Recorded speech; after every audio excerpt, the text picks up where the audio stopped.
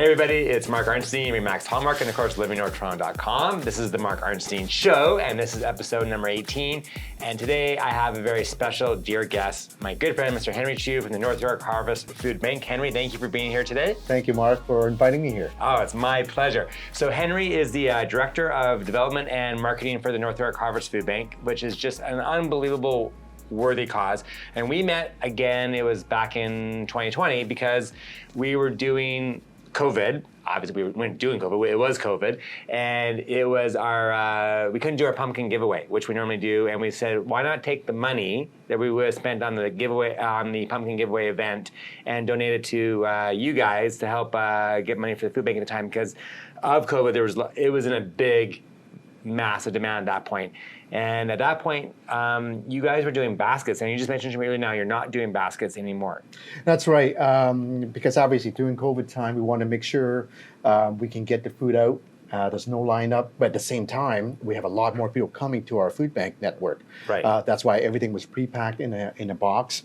But now that things are sort of eased up a little bit, we are going back to our choice model, where our clients can choose what they need.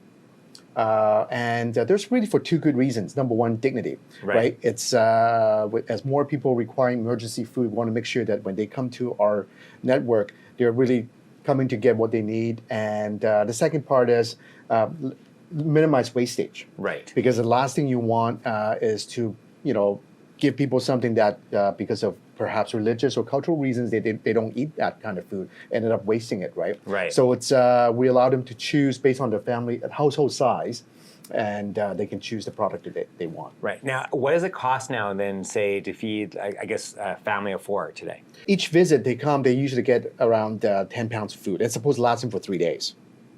Because the quantity is based on the household size, right? Right, okay. So they're supposed to last for 3 days, but even if they ration it, and they can last 4 to 5 days, and they come to our network every other week. So really, in a month, they only come twice. Right. Even if you really stretch it out, you can, the food that they pick up from North York Harvest lasting for 10 days. They still need to have other means to get food for the remaining of the month. Right. Okay. But from a cost perspective, to run that for that, say, 10 pounds of food, how much money do you guys need in order to allocate for that 10 pounds of food? Is that a vicious question? No, it's not. Yeah. It's not. I mean, if you just strictly on value, Food Banks Canada actually have a valuation. Each pound is approximate about $3.20, so it's about $32 to $35 worth of food. Right. Retail value. Right. Retail. Right. Okay. Right. And obviously we know you're not buying a retail value because of... That's correct. Yeah, because of the portion that you're buying. Right now, would you say the food bank is are you guys operating at below capacity, above capacity, normal for capacity? I wish it's below capacity because there's always a joke in our sector. We're trying to work ourselves out of a job. Right. But the reality is, even prior to COVID, we were already seeing 9% growth year over year. Mm-hmm. Pandemic certainly accelerated that rate. In the first 6 months, based on our latest data, the first 6 months of 2022, we're tracking 25% more than 2021. And last year was our record year. That's crazy. So 25% more than last year, and last year was a record for... That is insane. And the first half of the year, more than $3 million more than $3 million worth of food have been distributed by North York Harvest in the first 6 months. First 6 months of the year. And from a donation, I mean, obviously, because the whole thing is based off of donations, right? You guys, fundraisers, community event, all those kinds of things. So you rely on the other parts of the community to come back in and help support you guys so much. So has that been still going strong for you guys, or because of COVID and because of the things that have been going on lately, have you seen a bit of a pullback? It's interesting because, first of all, we're very fortunate. The community has been extremely generous in terms of their financial support, in terms of food donations as well. So far, so good. Thank God. But at that sort of increased level of support, that it's probably not sustainable, right? Mm-hmm. And at the same time, we know that based on our experience in the 2008 recession, the height of food bank usage didn't really hit its peak until 18 months later. So as much as we think that the pandemic, it's over, it's more endemic now, it's no longer a deadly disease, COVID is no longer a deadly virus, but we're looking at the real, the true impact. We won't see that until probably next year, for the reason that people who are sort of going through some difficult times, they have their immediate network, or they put it on their credit card, or remortgage. But Right.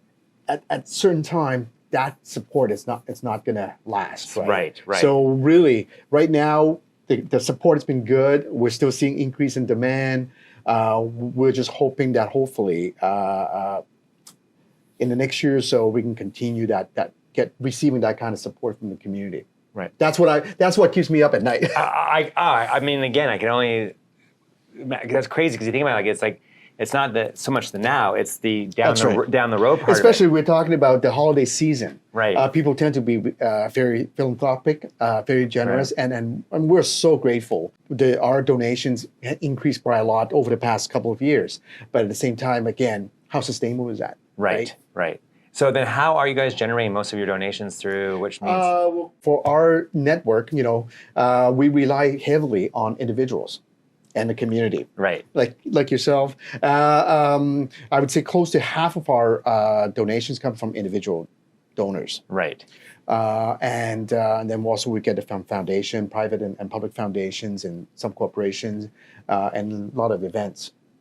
A lot of community events that raises money, and they say, hey, instead of doing a food drive in the building, the last couple of years we don't really have the capacity to go into different buildings to pick up donated food. So we said, hey, why don't we just go online and do a virtual food drive, essentially a fundraising, peer-to-peer fundraising drive online, and that's been great. That's how people sort of support us to, hey, I'm supporting North York Harvest. If you can support me to support them, and that's been great in that sense. A monetary donation that goes into for you guys, and then you guys have staff that go and buy through the wholesalers and buy the food all direct, and then bring it back into the bank, and then distribute it amongst the people who are coming in to come and. That's right, because essentially North York Harvest it's a network, it's a hub. Right. We have a network of 36 agencies right now operating. 4 of them we operate on our own with our own staff, but the other member agencies, they're independent organizations, so they have their own staff. Some of them large enough, they have their own staff and have the capacity to do a little bit of food and fundraising. Right. But some of our member agencies are literally work a couple of hours in the basement of a church. Right. It's really localized. So, and whatever we get, whether it's food or money, the resources will go right back to the entire network. Right. Okay. And do you guys do stuff like a GoFundMe page? Is that how? We you name it, on our website, on our social channels, everything that we can, in every which way we can get community to support as well. We're out there. Yeah. It's because it's so needed. Well, it was awesome because we were, I think, when was it? It was over it was Thanksgiving long weekend. My son, who's 15 years old, so his hockey team, we had practice and we had a game and then another game all at one arena for over a couple days. And so we did a food bank donation box, and they were actually able to donate, I think, it was collected through all the people coming into the arena was a massive box of food. So that's awesome. Yeah, so it's just, it's so cool to see the youth and the kids that are for all intents and purposes are in, well-to-do homes and are living, very, obviously if you're playing competitive hockey, you come from a family who has money and is able to put food on the table on a regular basis, which is super important, but also to teach them the gift of giving. Right? Absolutely. Because that gift is so important. I think, a lot of times we kind of take it a little bit for granted. And we don't think about all because you get bombarded, right? You get from all the different people are trying to raise money, and they're all phenomenal, worthy causes. Don't get me wrong, but there's people within the community that are absolutely going starving, and without the food bank, they would not be able to live and function. Speaking of the next generation, 1/3 of our food bank clients are children. Wow, 1/3. 1/3. Yeah, and 2 of our busiest agencies. Within our network, it's actually at York University and at Seneca College. So when you sort of have a picture of, what a food bank, who needs to use a food bank? Right. You don't often associate them with children. You don't often associate them with students, even the older ones, right? For example, at university or college students, when you think about, sometimes you hear comments like, hey, go get a job, there are a lot of jobs out there. Right. But when you have a full-time student life, you have to go to class, you have to study. Where are you going to find a job that can fit your time frame, can make the money while go to school, right? Right. So it's not like you can work harder, then you don't need a food bank. Right. So that notion is, we've been sort of trying to tell people, hey, people who come to the food bank are not the ones that they're lazier or they're not as educated. In fact, over 50% of our food bank clients have post-secondary education. That is not something that probably people would realize, right? No. And of course, you have the working poor. So and it's interesting too. Over this past since April, throughout the summer months, one of our busiest program at Bathurst and Finch, we had received close to, I think, over 200 Ukrainian families, new Canadians. Wow. Right?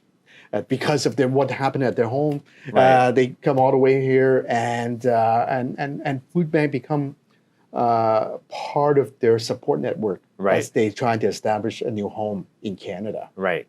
So that's why when we want to make sure that why do we think dignity for our clients is so important is the fact that these people are not coming to get a free handout. Right. They do face different type of challenges, and that's why they need emergency food, and that's what we provide. As I talked about earlier, we're only providing them 10 days worth of food in a month. Right. So it's not like, oh, gee, I'm going to take advantage of the system and I'm going to come get free food. It's not. And at times, some of our busiest program, you do have to line up, right? Right. And so it's not the easiest thing to, go to a place, and a lot of them are taking public transit, go to a place, line up, and then get the food. And then have to carry it out back on public transit. And then the lineups, is that becoming more of the norm now as far as people waiting in line? We try to schedule them. Right. So we want to make sure we avoid the long lineups, but quite often people are a little eager, or because of their schedule, and they come a little early or come a little later. So we do have lineup from time to time, but we do try to schedule them. Right. But having said that, anybody who comes to our network for the very first time, even if they don't live in our catchment, for the very first time, we always give them a hamper of food. Right. And we refer them back to the local food bank. Right. Because again, if they're going to make their way here to get food, we're not going to deny anybody of food. Right. Question for you then is, and I don't like using the word, so I'm just going to say the R word that everyone's talking about what's going to happen now, and it's supposed to be going into next year. But do you think is that going to have a lot of impact on where you guys stand going forward, like both from a supply issue and from a donation issue? Do you think, or are you adjusting or embracing potentially for that? Talk about unprecedented. We've seen last couple of years, we've seen a lot more donations, and people have been generous. Like I said, it's unprecedented. So we don't know. There's no amount of historical data we can plan what's going to be, what it's going to be. All we can do is really to, number one, making sure that if we need to ramp up our capacity, how do we do that? Right. Secondly, start looking at really, now it's the business side of things, is your budgeting, your manpower. How do we make sure that we're really maximize our dollar, every dollar, as we head into the new year? Because you can do as much planning as you want, but there's no historical data. So it's pretty hard to say, hey, we're going to continue to have, open certain hours or longer hours. We should be able to do it. But, ultimately, whether we have space, whether we can afford rents and all that kind of, all those kind of decisions need to come into consideration as well, right? Right. And then are you guys still constantly looking for volunteers to help out with running the food banks, or? We've opened back up somewhat.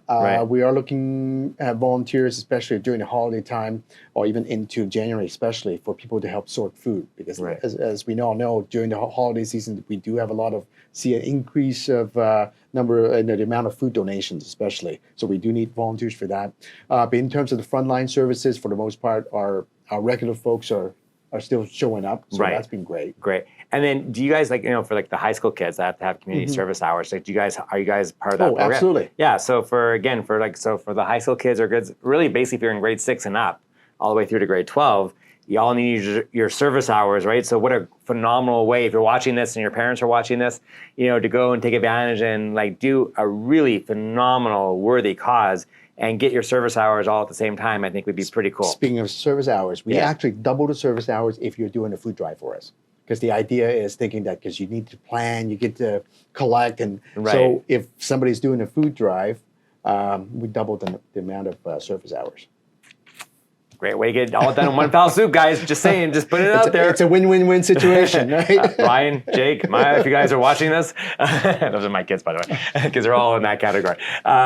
We're set for the holidays. We're getting things organized. Now, as part of your job as development meaning that you're developing like new ways of getting for the fundraising and getting money to the organization? I think it's still on two parts. Obviously, finding revenue stream it's one, but Yeah. I think another part is to really deepen the relationship, and letting people know how their money is impacting the community. Right. I think that part is so important. Report back, let them know that hey, the donations you made, this is what we use the money for. Right. And keep them engaged, keep them informed, and also educate them a little bit too, right? Because a lot of times people are doing this out of the goodness of their heart, but at the same time, they don't realize the interconnected elements in terms of people living in poverty. People without food, without proper nutritious food, they can't learn, they're not as productive. And guess what? They put a strain on our healthcare system, which impacts all of us. Yeah, no, right? absolutely.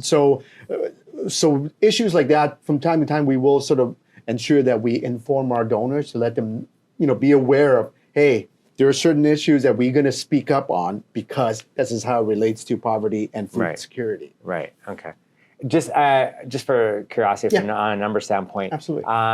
So how many people in the course of a month would you guys see? We support over 20,000 a month.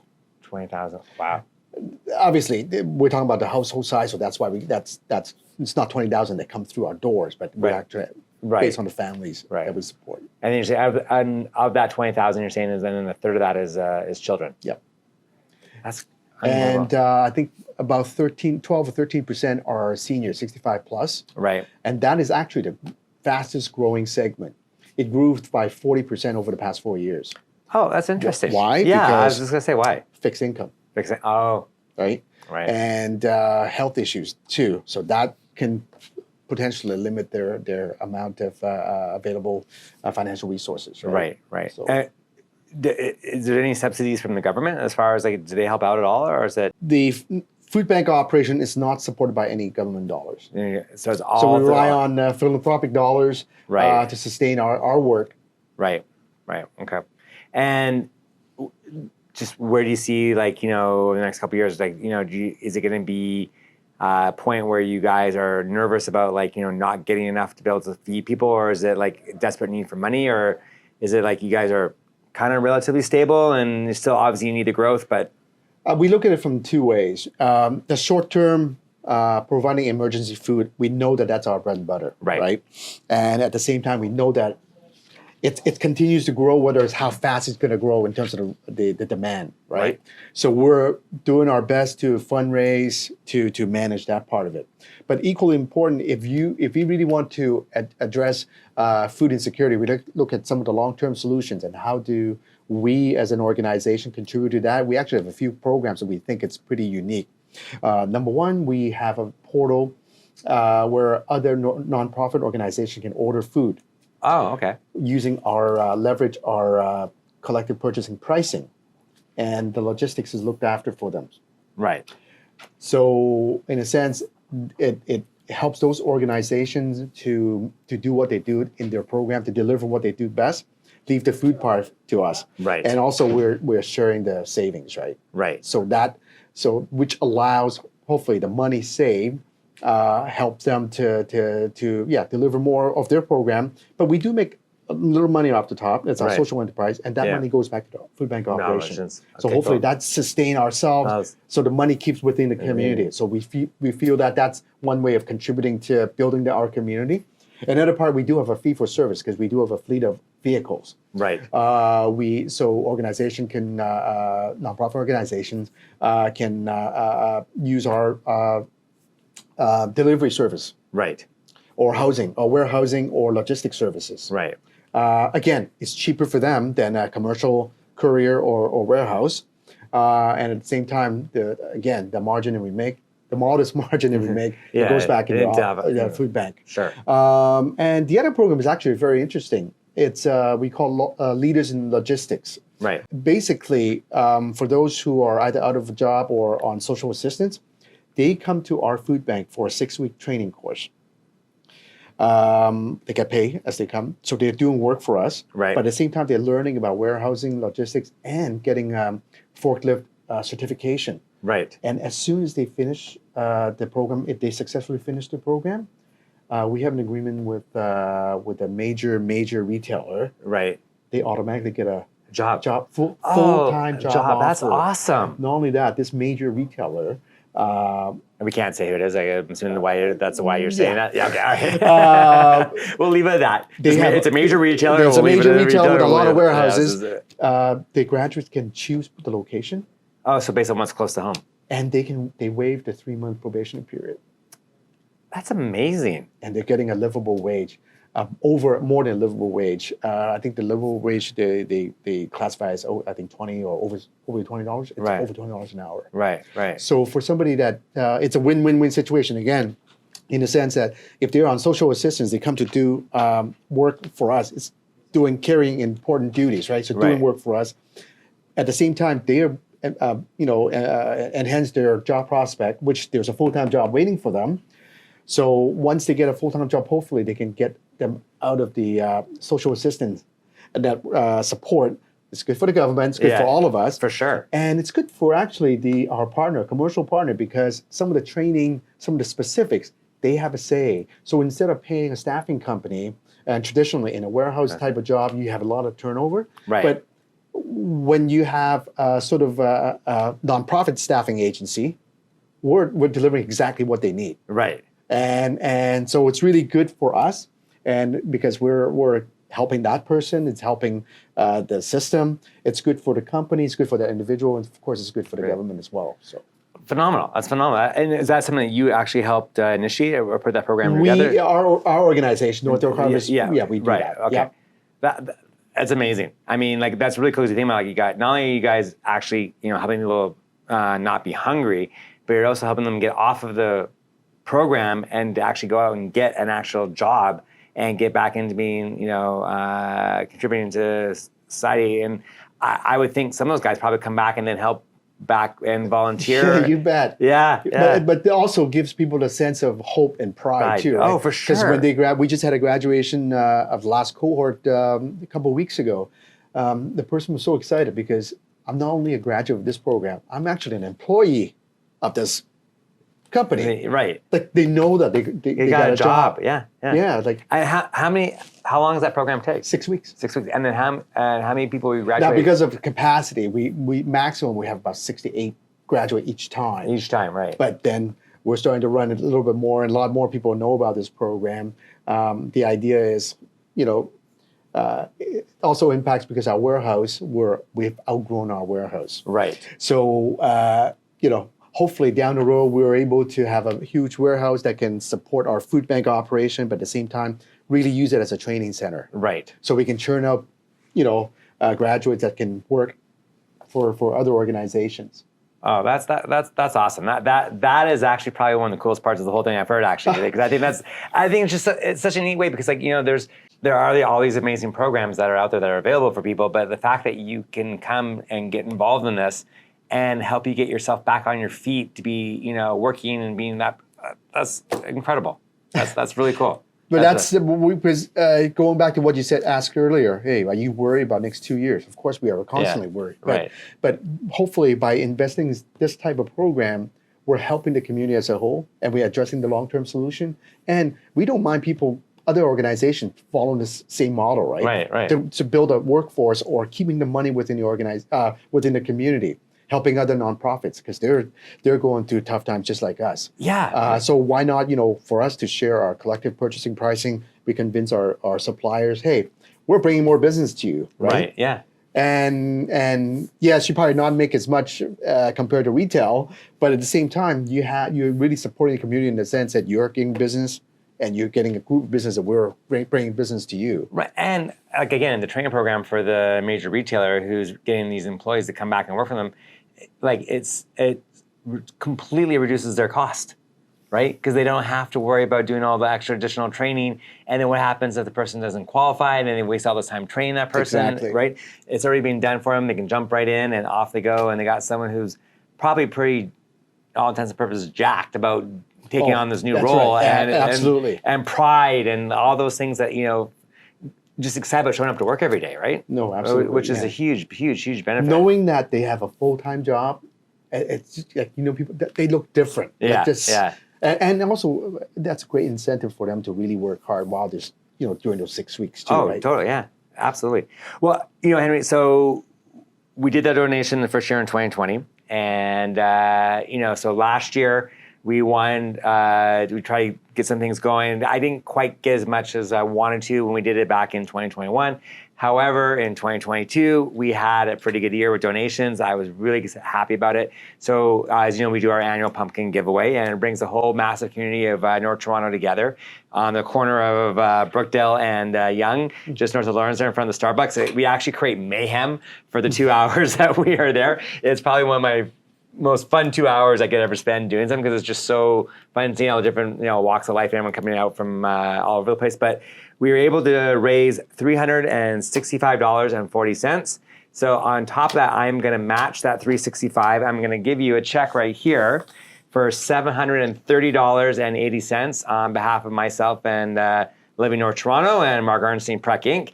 for the North York Harvest Food Bank. Well, thank you so much. It's a community generosity that really enable us to do the work that we do. I mean, 20,000 people come into our network every month. This will certainly help that. So thank you. No, my pleasure. I think it's just such a worthy cause, and like I said, to listen to you speak for the last little while and hear everything you've been talking about, and the passion comes out of your voice.